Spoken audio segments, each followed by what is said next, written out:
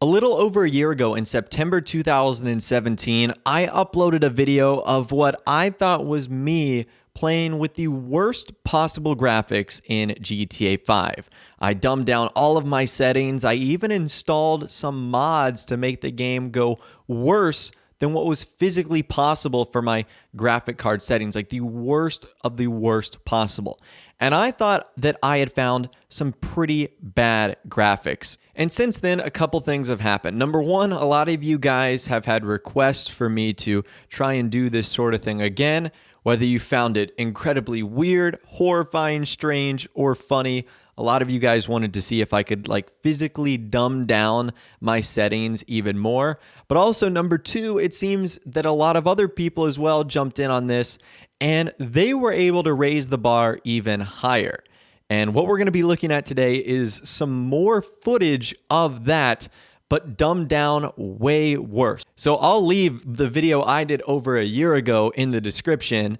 And then what we're going to be looking at today just makes that gameplay look like 4K. I mean, we're going to be looking at some seriously bad gameplay today. So let's jump into this and let's get it started. So I think the way that people are actually able to do this is more than just lowering your settings on your PC, which by the way, this can only be done on a PC, and more than just installing mods. I think they physically have to go into the files and code of the game and alter it to make it worse. Otherwise, I don't think any of this is physically possible, but you guys can see what is going on right here, and it is absolutely insane.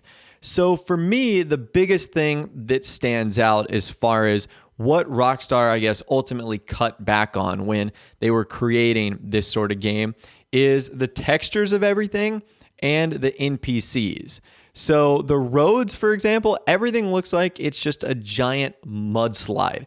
It literally looks as if a mudslide went through Los Santos, and now that's what we're driving on as the roads. So the roads obviously got a serious hit, and same with the NPCs. Like right now, Michael's character looks okay, which is who we're playing as, but in a little bit, you'll actually see that it gets much worse than that. Another thing to me that stood out the most was just how bad the buildings look.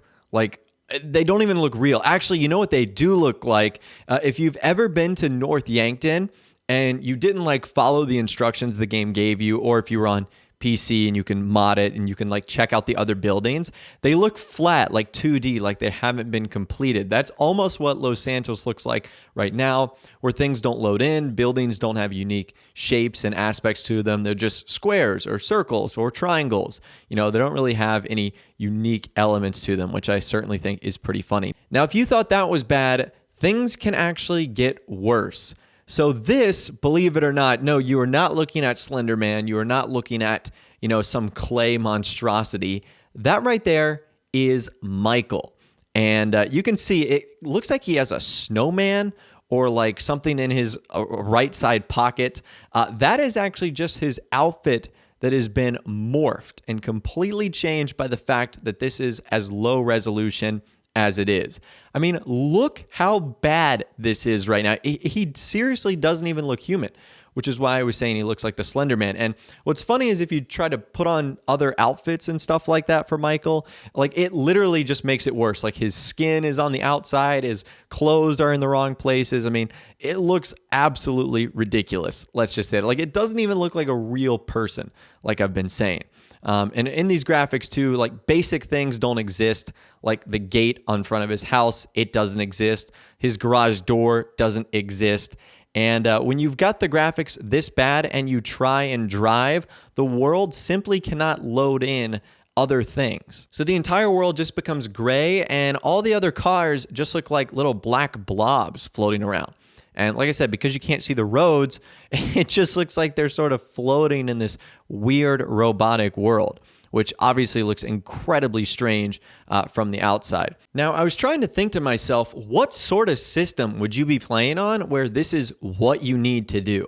And I really couldn't figure out any answer because even the 3D era games like San Andreas and GTA 3 and Vice City, they don't even look this bad when you've got them super dumbed down.